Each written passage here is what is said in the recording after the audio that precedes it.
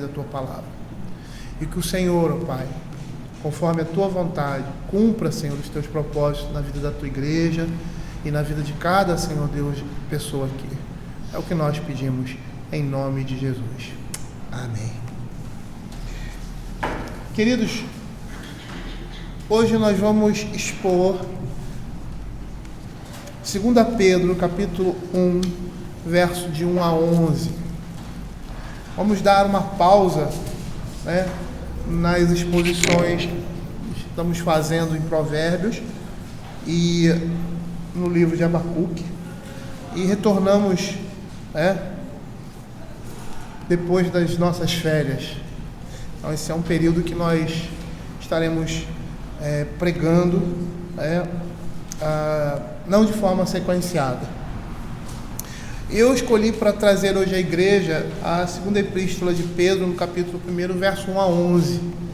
É interessante quando nós chegamos assim ao final do ano, algumas igrejas fazem isso, fazem algumas pregações temáticas de final de ano e aquela coisa toda e tal, sem aqui querer fazer nenhuma crítica, mas esse texto se encaixa muito bem nesse período que nós convencionamos, de início, final de ano e início de ano. E eu gostaria de trazer isso aos irmãos. Diz assim a palavra do Senhor: Simão Pedro, servo e apóstolo de Jesus Cristo, aos que conosco obtiveram fé igualmente preciosa na justiça do nosso Deus e Salvador Jesus Cristo. Graça e paz vos sejam multiplicadas no pleno conhecimento de Deus e de Jesus, nosso Senhor. Visto como pelo seu divino poder nos têm sido doadas todas as coisas que conduzem à vida e à piedade, pelo conhecimento completo daquele que nos chamou para a sua própria glória e virtude, pelos quais nos têm sido doadas suas preciosas e muito grandes promessas, para que por elas os torneis co-participantes da natureza divina, livrando-vos da corrupção das paixões que há no mundo. Por isso mesmo, vós, reunindo toda a vossa diligência, associai com a vossa fé a virtude, com a virtude conhecimento, com o conhecimento domínio próprio, com o domínio próprio a perseverança, com a perseverança a piedade, com a piedade a fraternidade, com a fraternidade o amor. Porque essas coisas existindo em vós e em vós aumentando, fazem com que não sejais nem nativos, nem infrutuosos no pleno conhecimento do nosso Senhor Jesus Cristo. Pois aquele a quem essas coisas não estão presentes é cego, vendo só o que está perto, esquecido da purificação dos seus pecados de outrora. Por isso, irmãos, procurai com diligência, cada vez maior, confirmar a vossa vocação e eleição, porquanto, procedendo assim, não tropeçareis em tempo algum, pois desta maneira é que vos será amplamente suprida a entrada no reino eterno do nosso Senhor e Salvador, Jesus Cristo. Vamos orar mais uma vez, vamos baixar as nossas cabeças e falar com o Senhor. Senhor, estamos diante da Tua Palavra e sempre é um desafio, Senhor Deus, tanto para quem vai expor a Tua Palavra, quanto aqueles que vão ouvi-la. Senhor Deus, estar diante do Senhor assim, de uma forma, Senhor Deus, tão plena, que se manifesta na exposição da Tua Palavra. Queremos pedir que o Senhor fale ao nosso coração, Pai, possamos sair de hoje daqui, Senhor, edificados, ó Pai, consolados, estimulados para a vida eterna, e que o Teu Espírito Santo, Pai, quebre todas e qualquer barreira que possa existir, ó Pai, no nosso coração em relação à palavra, e que possamos nos render, ó Pai, a graça, Senhor Deus, manifestada, Senhor, por meio dessa palavra nos nossos corações. Nos auxilia tanto para falar quanto para ouvir aquilo que temos que ouvir, abrindo, Senhor, os nossos corações, em nome de Jesus. Amém. Bom, primeiramente eu quero dar uma visão geral dessa epístola, da segunda epístola de Pedro. Essa epístola foi escrita com o propósito de combater heresias. No contexto em que Pedro estava vivendo, alguns falsos mestres estavam usando o fato de serem membros da igreja para propagar doutrinas e práticas não cristãs. E nós não vamos perceber, porque nós não vamos expor a carta toda, mas na leitura da carta, dessa segunda epístola de Pedro, nós percebemos que e já vamos ver isso aqui também. A prática correta deve ser alicerçada em uma doutrina correta. E quando há desvios doutrinários, inevitavelmente haverá debilidades morais na vida cristã. O que se apresenta aqui nessa segunda epístola de Pedro é o que nós temos em Judas, verso 3 e 4. É a mesma temática, quando Judas diz assim: amados, quando eu empregava toda a diligência em escrever-vos acerca da nossa comum salvação, foi que me senti obrigado a corresponder-me convosco, exortando-vos a batalhardes diligentemente pela fé, que uma vez por todas foi entregue aos santos. Pois certos indivíduos se introduziram com dissimulação, os quais desde muito foram antecipadamente pronunciados para essa condenação, homens ímpios que transformam a libertinagem em libertinagem a graça do nosso Deus e negam o nosso único soberano e Senhor Jesus Cristo. Essa é uma epístola também que vai apontar para a parousia relacionada à operação do erro, uma vez que a temática principal aqui da epístola tem esse foco, como nós vemos lá no capítulo 3, a vinda do Senhor e o seu significado. Essas coisas estarão presentes aqui na epístola. E Pedro começa a sua epístola com um prefácio e uma saudação aqui nos versos 1 e 2, que diz assim: Simão Pedro, servo e apóstolo de Jesus Cristo, aos que conosco obtiveram fé igualmente preciosa na justiça do nosso Deus e Salvador Jesus. Graça e paz nos sejam multiplicadas no pleno conhecimento de Deus e de Jesus Cristo. Uma coisa que nos chama a atenção inicialmente é o que ele diz aqui: obtiveram fé igualmente preciosa, igualmente a fé dos apóstolos. E é interessante que a ideia aqui é de uma herança. Obter aqui, obtenção, é de uma herança. A palavra indica um dom gratuito dado por Deus, dando a esses que o têm todos os seus privilégios. E fé, quando ele cita fé aqui, ele está falando de uma confiança que leva o homem a uma salvação. E essa confiança, essa fé, é capacitada por Deus. É o Senhor que dá essa fé para que o homem possa confiar nele próprio, ou seja, no Senhor. É interessante observar isso, porque aqui nesse início, Pedro vai estar dizendo que a fé dos apóstolos era a mesma fé da igreja. E falar isso inicialmente, sem entender toda a carta, poderia ficar uma coisa solta. Mas o que nós temos aqui é um grupo de pessoas que está querendo introduzir uma fé diferente daquela fé que eles tinham e que receberam inicialmente, E essa é a ideia aqui: fé como confiança para a salvação que tinham, algo que foi transmitida para eles por meio dos apóstolos. E aí no verso 2 ele diz assim: graça e paz os sejam multiplicadas no pleno conhecimento de Deus e nosso Senhor e de Jesus nosso Senhor. E nós percebemos que essa é uma saudação que o apóstolo Paulo usa, E é interessante nós observarmos o que isso significa, ou que esse verso está significando aqui. Esse verso deixa claro que a graça e a paz do Senhor estão diretamente relacionadas ao conhecimento de Deus e de Cristo. Ele vai dizer assim: graça e paz sejam multiplicadas no pleno conhecimento de Deus e de Jesus nosso Senhor. No contexto em que ele fala isso, isso cai como uma luva. Por quê? Você tem gente no meio da igreja, e o capítulo 2 vai falar sobre isso, falsos mestres ensinando uma doutrina contrária àquela doutrina, ou a sã doutrina exposta na palavra de Deus. E é interessante nós observarmos isso. Essa graça e essa paz do Senhor estão atreladas ao conhecimento que nós temos de Deus e Cristo. Esse conhecimento de Deus proporciona essa graça e paz abundante às nossas vidas. E aí nós poderíamos dizer sem medo que essa graça e paz só pode vir por meio desse conhecimento de Deus e de Cristo, que é revelado na sua palavra. Matthew Henry vai dizer que todas as coisas que têm alguma relação com a verdadeira vida espiritual e com a vida de poder e piedade e têm alguma influência sobre ela, procedem de Jesus. É interessante ele estar falando desse conhecimento. Por quê? Porque vai ser a base de toda a carta. Porque algumas pessoas estavam querendo distorcer essas verdades escritas na Escritura, ou distorcer a imagem de Deus e Cristo em sua palavra, dando uma imagem diferente, ou seja, proporcionando um conhecimento diferente daquele que foi recebido pelos apóstolos, para aquele que foi revelado na palavra de Deus. E aqui o apóstolo Pedro está reconhecendo que o pleno conhecimento de Deus vai gerar graça e paz que provém do próprio Deus.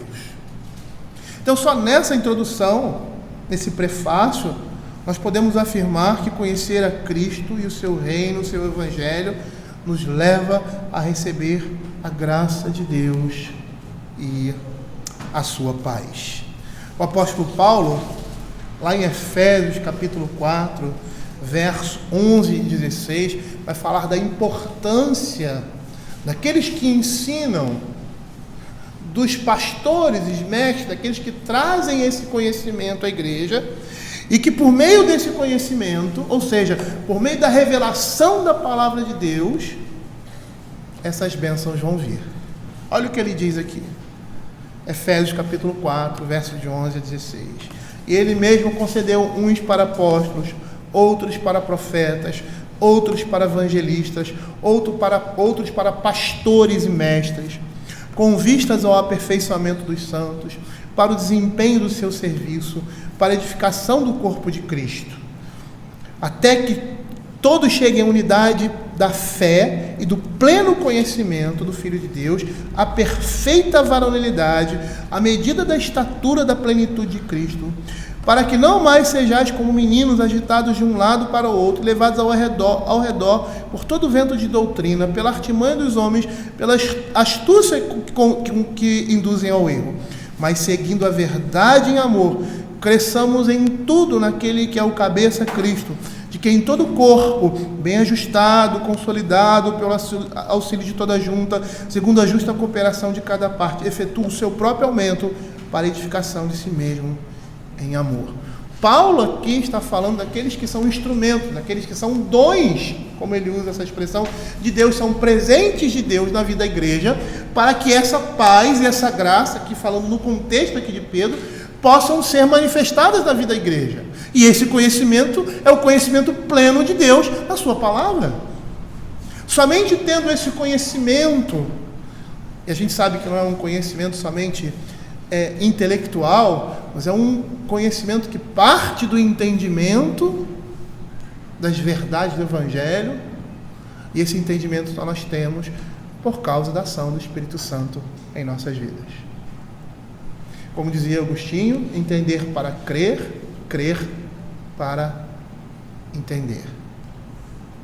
E aqui nós estamos observando, vendo a importância vital para a Igreja de Cristo da sã doutrina. É nela que nós vemos Cristo.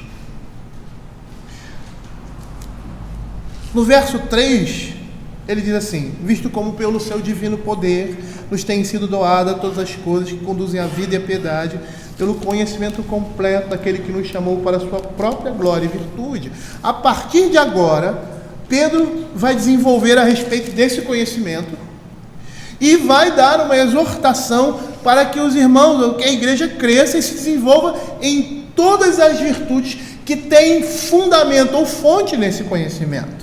E ele começa dizendo: visto como nos tem sido doada. A Escritura diz que as coisas que nos conduzem à vida eterna e à piedade, ou seja, a santidade, nos são dadas pelo poder de Deus. E essas coisas vêm por meio do conhecimento completo de Deus na sua revelação, ou seja, na palavra. Visto como pelo seu divino poder nos tem sido doadas todas as coisas que conduzem à vida e à piedade, pelo conhecimento completo daquele que nos chamou para a sua própria glória e virtude. Essas coisas nos vêm por meio do conhecimento de Deus revelado na sua palavra. E é interessante porque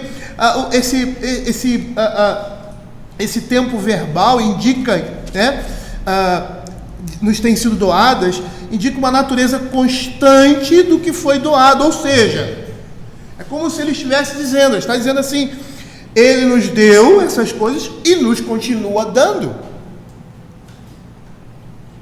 E é interessante nós observarmos dentro dessa perspectiva que conhecer a Deus verdadeiramente, a sua palavra, é isso que nós vamos ver, leva a uma mudança de comportamento, uma mudança de vida, leva a vida eterna, leva uma vida de santidade.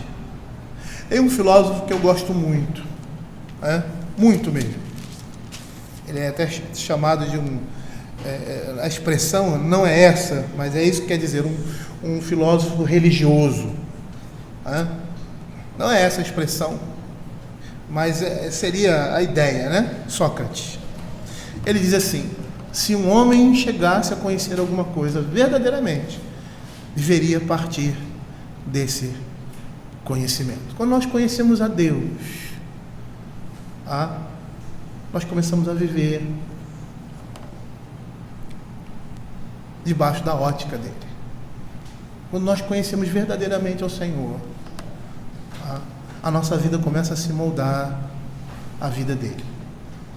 E nós começamos a ser parecidos com o Senhor. Paulo Anglada, em seu livro Antigas Doutrinas da Graça, eu gosto muito de citar essa frase em vários contextos, e nesse contexto também seria bem apropriado. Ele diz assim: nunca diga que é salvo antes de ser santo. Por quê? Porque a salvação tem evidências. Nós não podemos conhecer a Deus sem nenhuma, vamos dizer assim, sem nenhuma consequência. A consequência, ela é clara, há uma mudança de vida, há uma mudança de pensamento, há uma mudança geral, porque passamos a conhecer verdadeiramente ao Senhor.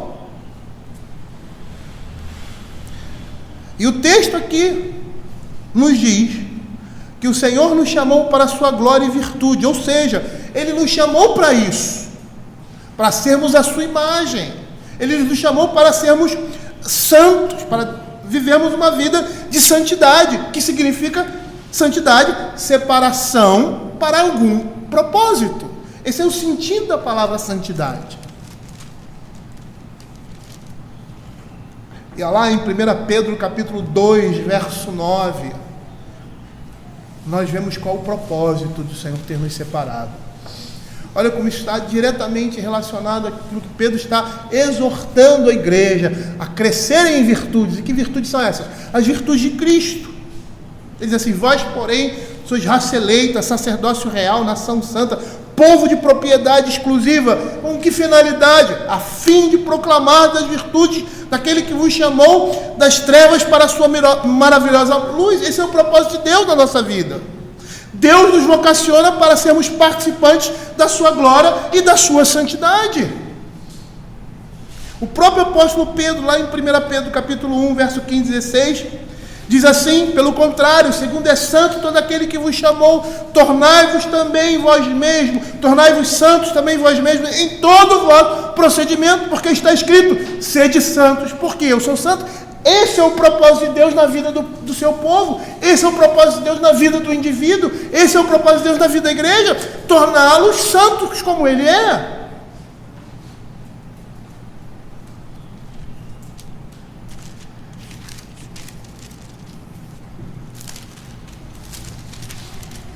Visto como pelo seu divino poder nos têm sido doadas todas as coisas que conduzem à vida e piedade, pelo conhecimento completo daquele que vos chamou para a sua própria glória e virtude. Perceba o que Pedro está dizendo aqui. Essas coisas nos são doadas a partir do conhecimento que nós temos de Deus. Que nos chama para o quê? Para uma vida de santidade. que nos chamou para a sua própria glória e virtudes. E é interessante o que o verso 4 vai dizer a partir disso, que é uma continuidade daquele que nos chamou para a sua própria glória e virtude, pelas quais nos têm sido doadas as suas preciosas e muito grandes promessas. Pedro aqui no verso 4 está nos dizendo que recebemos as promessas de Deus por meio da glória dele, ou seja, da sua morte, da sua ressurreição, e por meio das suas virtudes, ou seja, as virtudes de Cristo, aquelas pelas quais Jesus cumpriu a lei, que nenhum homem é capaz de cumprir. E ele cumpriu a lei e lançou isso na nossa conta, para que por elas nos tornei coparticipantes da natureza divina, livrando-vos da corrupção das paixões que há no mundo. Por meio dessas promessas alcançadas pela justiça de Cristo, sejamos participantes da mesma santidade dele e da mesma glória. Cristo, é isso que Pedro está dizendo aqui, quer que eu e você partilhemos de algo que jamais poderíamos alcançar, se não fosse pela graça de Deus e pela sua obra, ou seja, pelos seus méritos.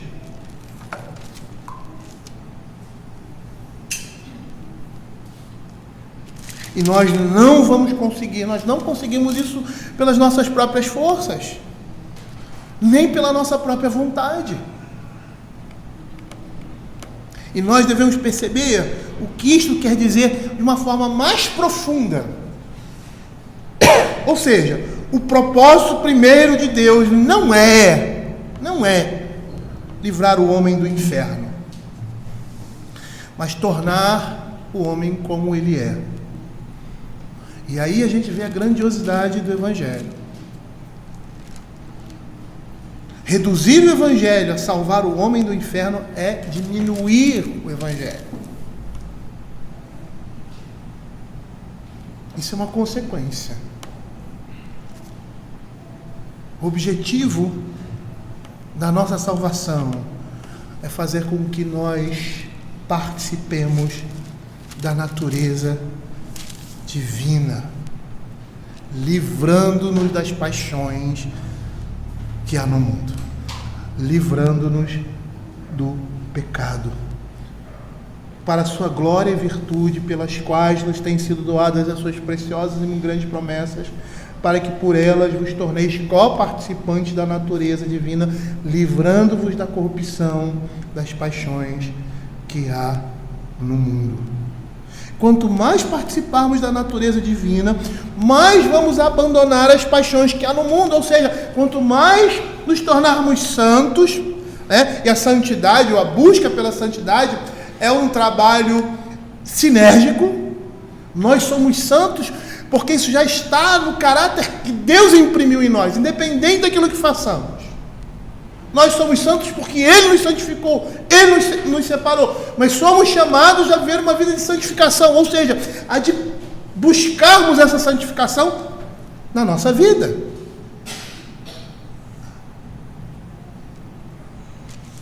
E quanto mais abandonarmos as paixões que há no mundo, mais nós vamos participar da santidade de Deus, ou seja, dessa natureza divina. E quando ele fala de paixões que há no mundo, significa todo o egoísmo do amor a si mesmo e não a Deus e ao próximo. Esse egoísmo é a fonte de todos os pecados, inclusive os pecados morais. E essas paixões sempre estarão nesse mundo, em nosso corpo, mas nós não somos escravos de nenhuma delas, como diz o apóstolo Paulo no capítulo 6 e 7 de Romanos. O Senhor nos livrou da escravidão do pecado. E nós devemos nos lembrar que devemos lutar contra elas, ou seja, mortificar essa velha natureza, que é pelo conhecimento de Deus que essas coisas nos são dadas. Lembra o que eu falei no início? A relação da sã doutrina com a vida é uma relação direta. Eu me lembro que na minha juventude, apesar de me achar jovem ainda, mas na minha, vamos dizer assim, anterior juventude. Que o movimento pentecostal era um movimento muito forte. Eu não estou falando de igrejas pentecostais, eu estou falando de movimento pentecostal que permeou todas as igrejas. E eles tinham uma concepção. Isso permeava toda a igreja. E era a percepção de um movimento leigo. Boa intenção, zelo, sem entendimento. Quando eu me predispus a ir para o seminário, fui chamado pelo Senhor. Alguém chegou para mim e falou assim: cuidado que você vai se desviar. E por que essa pessoa disse isso?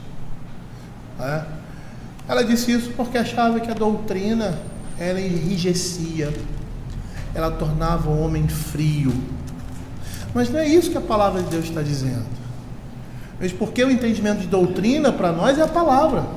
Sã doutrina é a palavra de Deus. E essas coisas devem arrefecer o nosso coração, deve aquecer o nosso coração, deve gerar em nós a imagem de Deus, deve nos dar cada dia mais e mais vontade e ímpeto de vivermos uma vida de santidade e busca diante do Senhor, e não o contrário.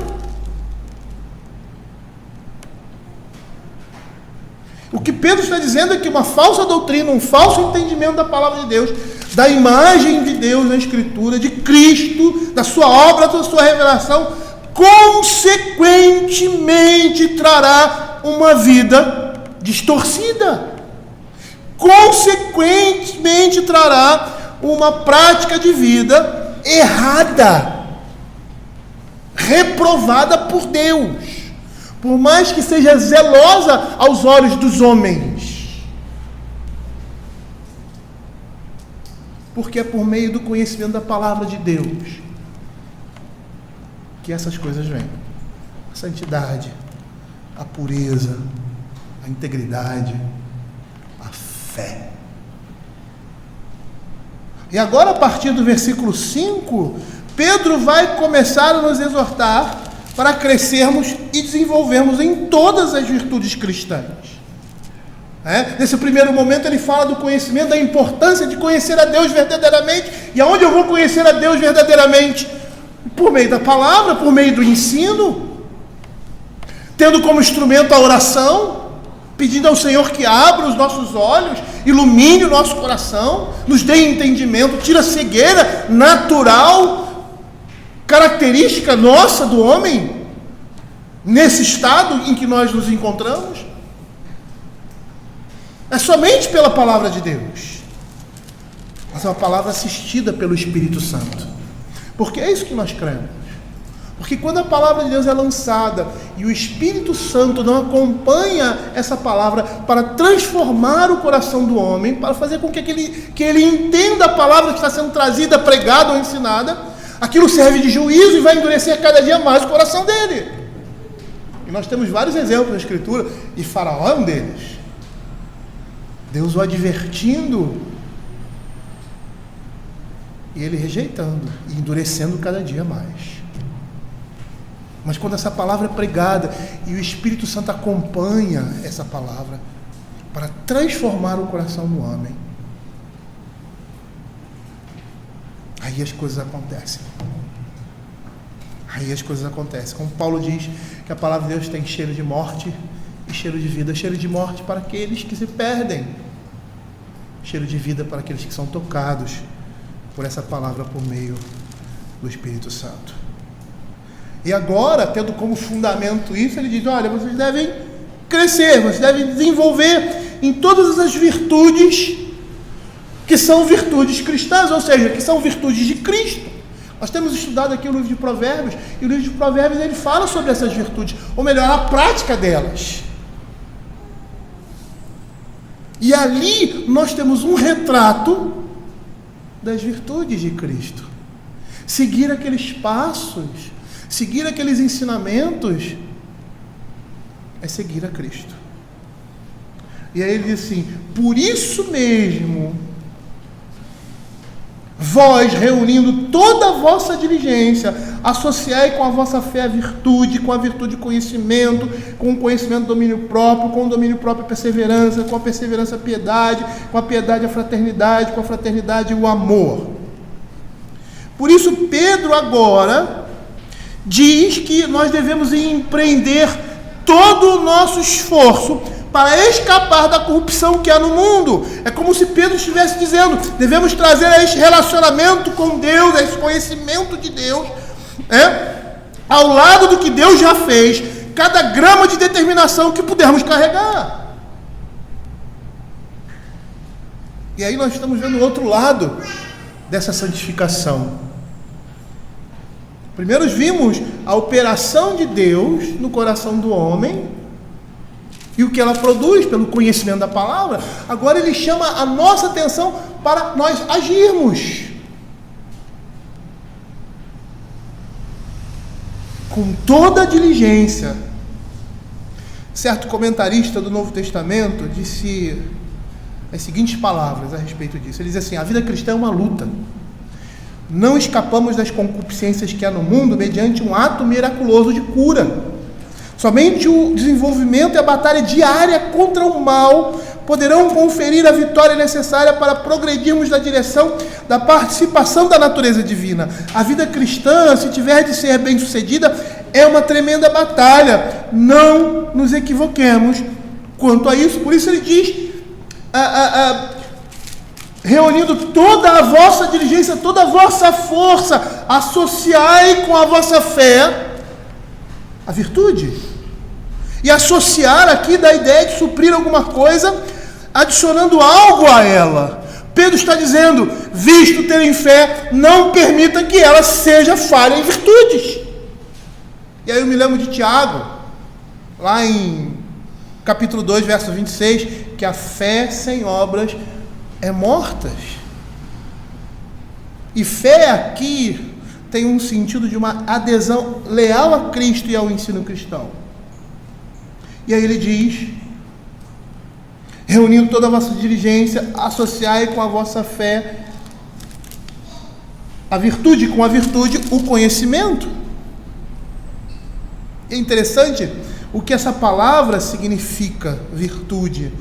Até mesmo no entendimento, ou seja, não seria o senso comum, mas no entendimento, na antiguidade clássica, quando os homens se relacionavam com os seus deuses, essa palavra significava o poder dado pelos deuses para executar atos heróicos, ou seja, a própria conduta da vida diária. O significado básico aqui é a qualidade pela qual uma pessoa é avaliada. Virtude. Para Aristóteles, no que diz respeito à ética, seria um comportamento correto, o meio entre os extremos.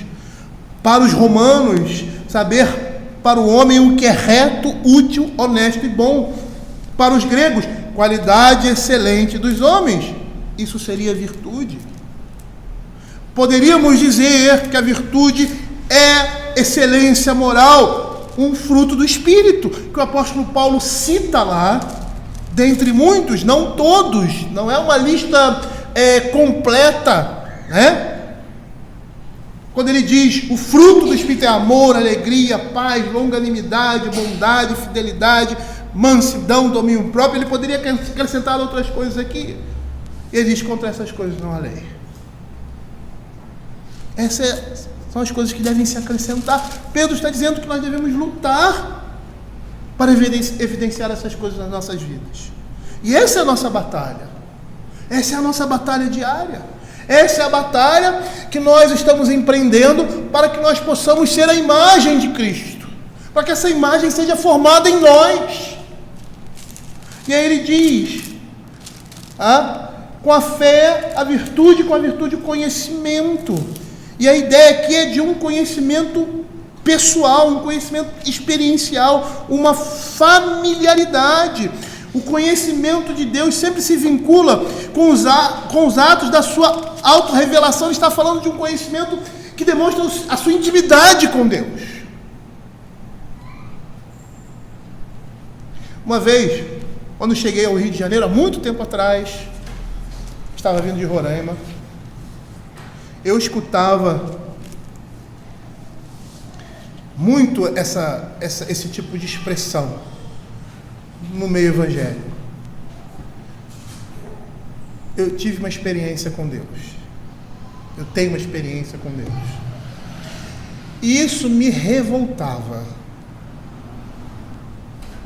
Porque quando você ouvia isso, parecia que você teve algo que ninguém tem. E aí eu preguei nessa igreja sobre isso. E eu mostrei que até os ímpios têm experiência com Deus. Usando um texto de Atos, quando o apóstolo Paulo diz que ele não se deixou ficar sem testemunho, dando do céu chuvas, e que naquela pregação em Atenas ele diz que nós vivemos e nos movemos em Deus, usando um poeta grego antigo. E aí eu apresentei esses textos. Todos nós temos experiência com Deus, porque nós estamos vivos e vivenciando nesse mundo, e o Senhor é Senhor sobre todas as coisas. Mas a grande diferença é que os crentes conseguem perceber isso, os outros não. Os outros dizem até mesmo que não tem Deus, que não existe Deus. E aí você vê lá em Mateus capítulo 6, quando ele fala que nós não devemos andar ansiosos de coisa alguma, e aí ele fala das aves do céu, falando daquilo que ele faz. Isso é experiência com Deus, é olhar Deus, a mão de Deus na criação, é perceber a ação de Deus na história, é perceber a ação de Deus na sua vida. Isso é ter experiência com Deus. Por que nós somos gratos? Alguém orou aqui, não sei se foi no momento de oração ou no momento aqui, falou sobre gratidão. Por que nós somos gratos? Por que você tem um sentimento de gratidão? Porque você reconhece que alguém fez alguma coisa com você, você tem esse entendimento. E aí você se sente grato porque aquela pessoa fez algo para você. Por que nós somos gratos para Deus? Porque nós entendemos que Deus está agindo em prol das nossas vidas, Ele está nos cuidando de nós, a cada dia, a cada manhã, a cada momento. E aí nós somos gratos por causa disso. Até mesmo as coisas ruins, nós estamos vendo a mão de Deus conduzindo essas coisas para a sua glória e para o engrandecimento do seu nome e para a nossa salvação. E por isso somos gratos. Isso é ter experiência com Deus.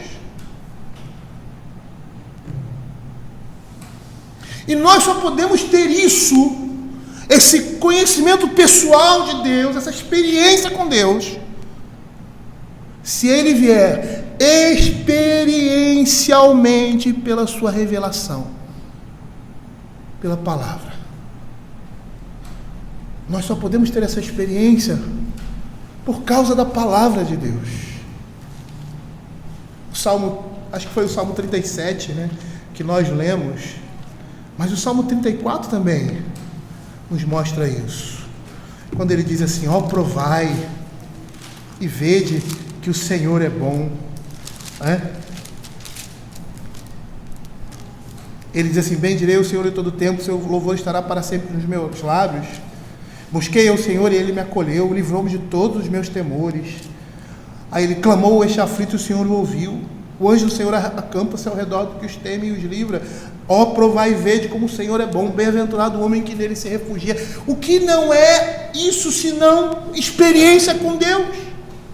Ver a mão de Deus, a sua condução em todas as coisas, de uma forma clara, que outras pessoas não conseguem ver. Não é que a gente está vendo anjo voando por aí, na época de Natal, Não, nós estamos vendo pela fé, porque nós não enxergamos, aquilo que Deus está fazendo. Isso é ter uma experiência com Deus. E como é que essas coisas são geradas? Pela palavra. É a palavra de Deus que vai nos dar isso. É a palavra de Deus que vai nos dar esse entendimento. Como deu a Abacuque: Senhor, o que está acontecendo? Aí o Senhor fala para ele o que vai acontecer. Essas coisas são suficientes. Nós não precisamos que Deus desça do céu. A apareça uma luz e diga aquilo que nós temos que fazer, ou mostre para nós, como mostrou para Gease. Eliseu: Senhor, abre os olhos desse homem. E ele vê ao redor dele um exército de anjos. O anjo do Senhor acampa-se ao redor, os teme e os livra. Salmo 125. Como Jerusalém está situada ao redor de vários montes, o Senhor está ao redor do seu povo. É a palavra de Deus que vai nos dar isso. E muitos grupos evangélicos aí acham que podem ter experiências com Deus à parte da palavra, e a gente vê cada coisa bizarra. A gente vai perceber que a intimidade com Deus vem por meio de uma reflexão profunda da sua revelação, ou seja, da Bíblia. E é interessante observar a relevância desse assunto no contexto da epístola. Pedro vai combater os gnósticos, ou na realidade naquele tempo não eram chamados de gnósticos. Nós vem bastante, acho que um pouco depois, primeiro século ou segundo século da era cristã, não sei ao certo. Mas o que nós temos aqui seriam assim, primórdios desse pensamento. Essas pessoas entendiam que havia um conhecimento espiritual de Deus sem a intervenção da palavra, ou melhor, distorcendo essa palavra. Mas Pedro está combatendo isso veementemente. E aqui nós temos uma lista de coisas que deveriam ser associadas a, como ele diz, a fé, para nos livrarmos das paixões carnais. E isso que ele está dizendo aqui é: você deve exercitar os seus dons espirituais. E que dons espirituais são esses? É só você pegar lá o fruto do Espírito: amor, bondade, mansidão, domínio próprio. E aqui nós temos uma lista: fé, virtude, conhecimento, domínio próprio, que é autocontrole, perseverança.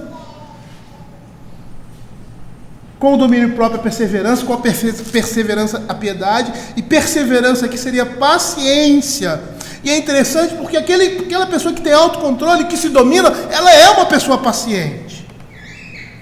E a ideia aqui dessa expressão é ficar para trás, literalmente. Aí ele diz piedade é reverência a Deus. Pela piedade o crente vive de acordo com a adoração e o padrão cristão. Nas epístolas pastorais, a piedade é caracterizada como algo segundo a doutrina cristã, ou seja, o conhecimento da palavra de Deus. A fraternidade, o amor fraternal, o amor aos cristãos, aos amigos, aos membros da família de Cristo. E o amor, que é a fonte de todas as virtudes, o amor a Deus se manifesta através do amor ao próximo. E aí sabe o que ele diz a respeito disso? Verso 8: porque estas coisas existindo em vós e em vós aumentando, fazem com que não sejais nem inativos, nem infrutuosos do pleno conhecimento do nosso Senhor Jesus Cristo. A falta dessas coisas demonstra que nós somos inativos e infrutuosos no conhecimento de Deus, ou seja, que nós não conhecemos a Deus. Você pode ser um grande teólogo, ou supostamente pensar que é, mas se você não tem essas virtudes, você não conhece a Deus. Por quê? Porque o pleno conhecimento de Deus deve gerar em nós essas coisas que Pedro está falando aqui. Conhecer a Deus deve gerar mudança de vida, crescimento na fé e piedade na vida cristã. E são essas coisas que tornam amplamente abertas a entrada no reino de Deus, ou seja, nos aperfeiçoam na graça de Deus.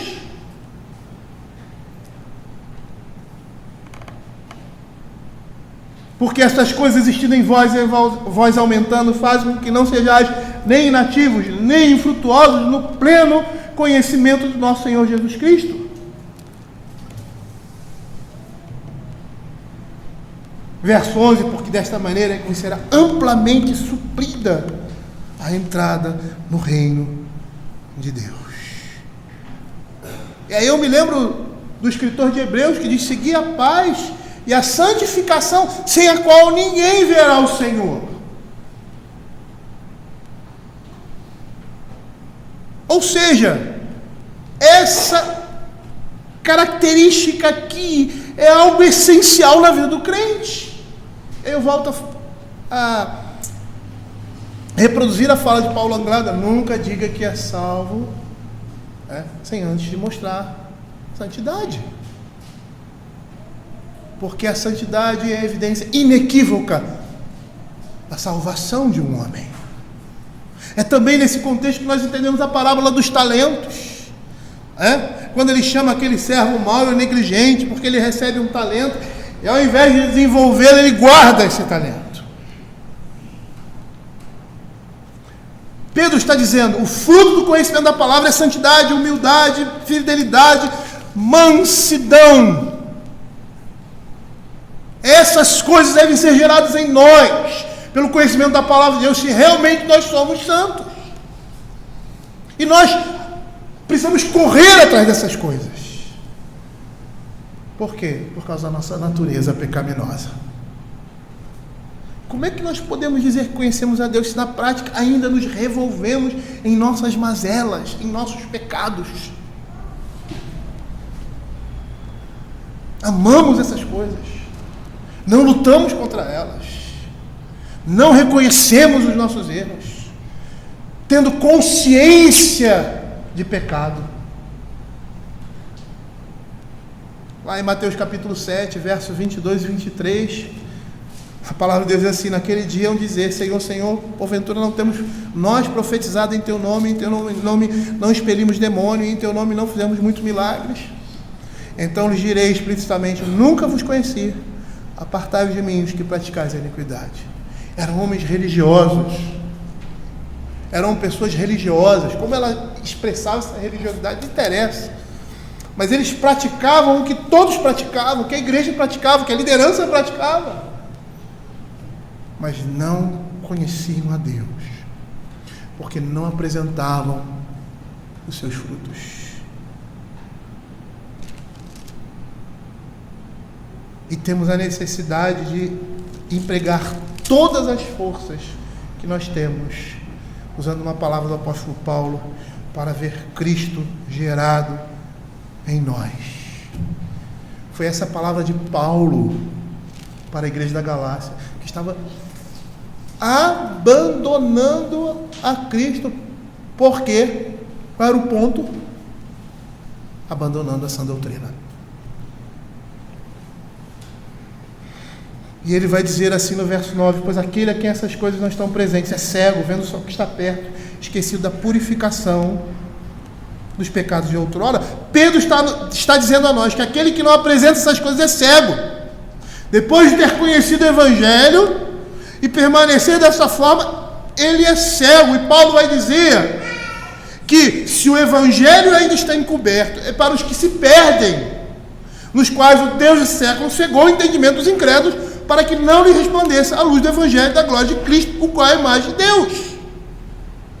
Eles estão cegos e também se esqueceram da obra de Cristo em sua vida, ou seja, a tornam inválida, se isso é possível. Ou melhor, demonstram que não foram alcançados por essa graça. Se esquecem de que foram limpos, purificados do seu pecado. Por isso que Paulo vai dizer assim: de modo nenhum, como viveremos no pecado, nós, os que para ele morremos. E aí, terminando essa exortação, ele conclama os irmãos a procurarem confirmar com diligência, com responsabilidade, a vocação e eleição. E agora ele fala sobre o quê? Sobre o chamado eterno de Deus, sobre aquilo, sobre predestinação, sobre aquilo que Deus fez antes de todas as coisas criadas. E João Batista disse isso para os fariseus. Eram homens religiosos,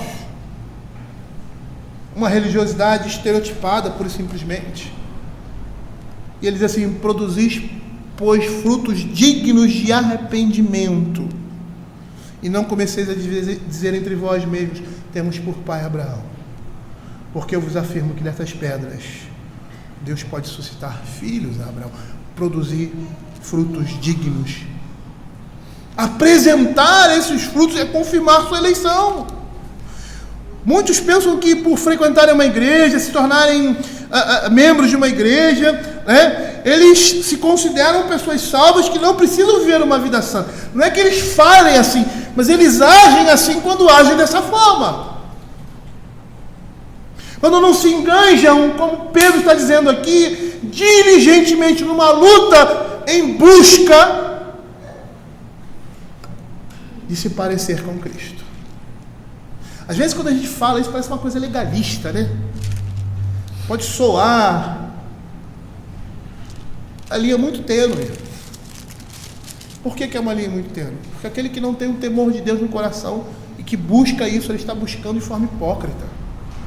Mas aquele que tem o temor de Deus no coração busca isso por uma necessidade, por algo que lhe falta, por algo que ele deseja, por algo que lhe é natural.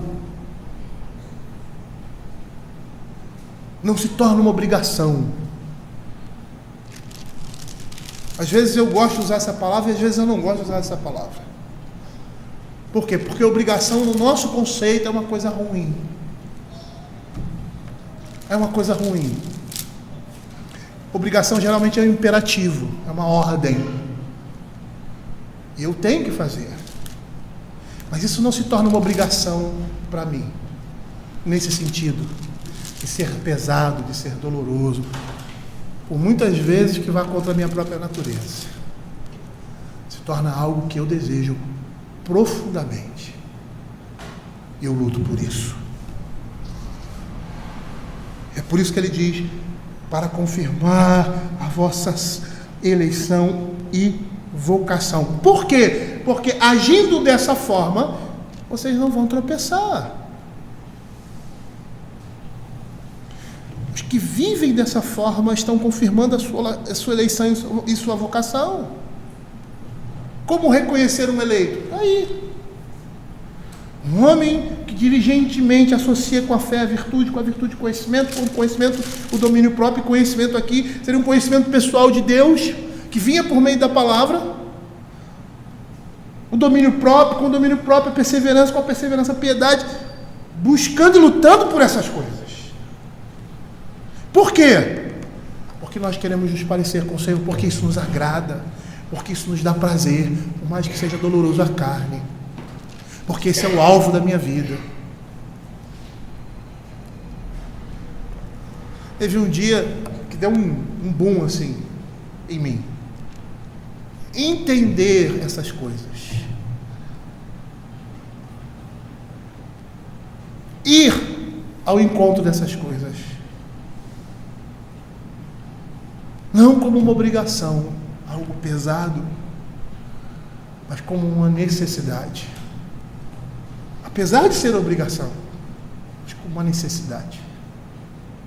Como aquilo que me dá prazer e mais, dá prazer a Deus. Então, eu devo agir dessa forma. Por quê? Porque a palavra de Deus diz isso. Então eu vou fazer isso. Eu estava fazendo errado, agora eu vou fazer certo. Marcos, como é que é? Me ensina aí. Ah, é assim, eu não sabia. Olha o que a palavra de Deus está dizendo. A partir de agora eu vou fazer isso. É isso que Pedro está dizendo aqui. Vivendo dessa forma, não vamos tropeçar, pois nós estamos fazendo caminhos retos para os nossos pés, como o livro de Provérbios nos mostra. As consequências daqueles que seguem os caminhos do Senhor e aqueles que não seguem o caminho do Senhor, caminhos retos para os pés. E dessa forma nós provamos para os outros e para nós mesmos a nossa salvação. nós temos a necessidade, às vezes, de provar para o mundo que nós somos cristãos.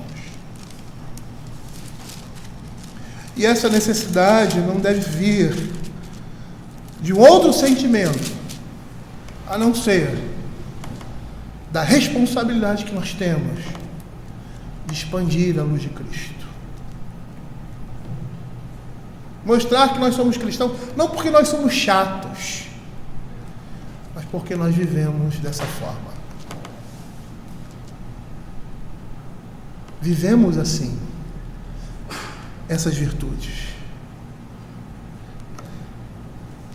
E aí no verso 11 ele termina. E olha que interessante.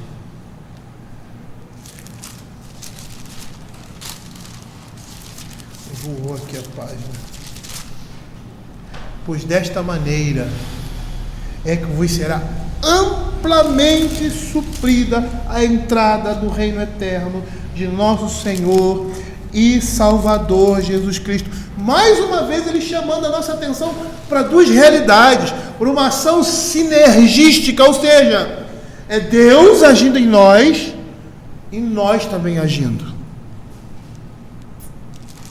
Ele diz que dessa maneira, por meio desse procedimento, é que nos será suprida. E aí nós temos um particípio passado, né?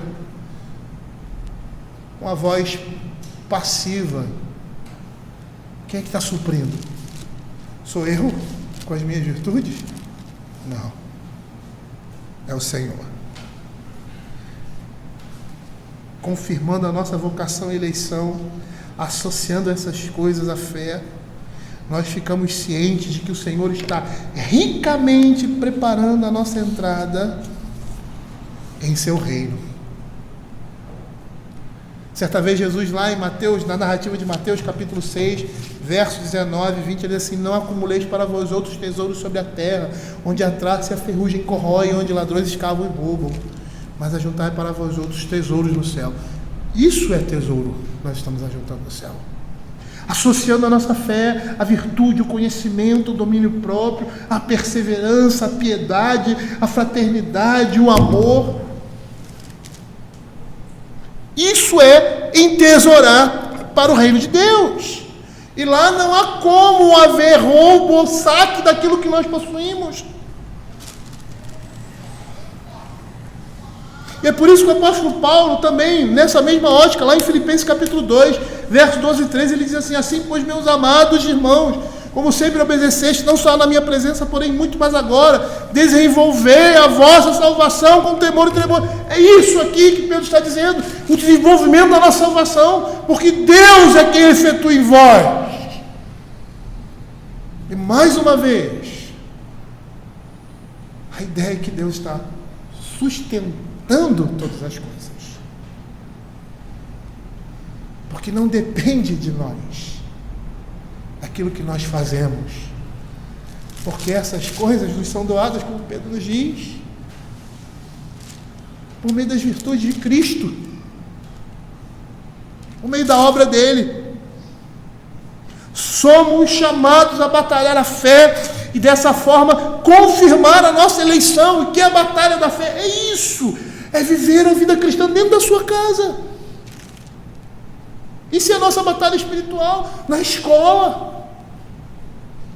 Não se deixar moldar pelo pensamento do mundo e viver da forma como a palavra de Deus nos ensina a viver, por meio de uma ética bíblica. E quando a gente fala em ética, né, parece uma coisa assim meio forçada, né? Você entra numa empresa, aí você lê lá: a ética da empresa é essa. Então você não pode fazer isso, não pode fazer aquilo, blá, blá, blá, blá. Essa é a nossa. Hoje em dia não sei se tem mais isso, né? Mas, a visão tem até na igreja, né? Visão da empresa, não sei o que, metodologia. Não é assim. Não é essa relação fria, mas é um envolvimento completo. É aquilo que nos dá prazer, porque representa a salvação de Deus em nós. Enquanto isso, enquanto nós estamos lutando aqui, o Senhor está suprindo amplamente a nossa entrada para o reino dos céus. Olha o que João capítulo 14, versos de 1 a 3 vai nos dizer. Não se turbe o vosso coração, credes em Deus, credes também em mim. Na casa de meu pai há muitas moradas. Se assim não fora, eu vou-lhe teria dito, pois vou preparar-vos lugar. E quando eu for e vos preparar lugar, voltarei e vos receberei para mim mesmo, para que onde eu estou, estejais vós também.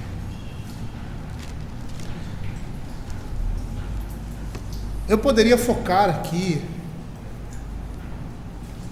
esses versos por simplesmente no que eles estão dizendo, mas eu não seria justo com a carta se apontasse somente para esse aspecto de batalhar diligente pela fé, associar a fé à virtude, ao conhecimento, está relacionado ao tema maior da carta, que são as falsas doutrinas. Porque elas desviam o coração do homem. Elas trazem um conhecimento distorcido de Deus e Cristo. E quando nós temos esse conhecimento distorcido de Deus e Cristo, nós não podemos produzir essas coisas de forma perfeita. É só você ver a sua vida. E eu falo isso pela minha própria experiência. Do que nós conhecíamos no passado e muitos erros que nós cometemos por não conhecer da forma como deveria conhecer. E a gente vai crescendo, e a gente vai vendo que determinados comportamentos eram errados e a gente vai abandonando. Agora, se nós estamos vivendo influenciados por falsos mestres, deixando levar por eles, esse crescimento nunca vai chegar.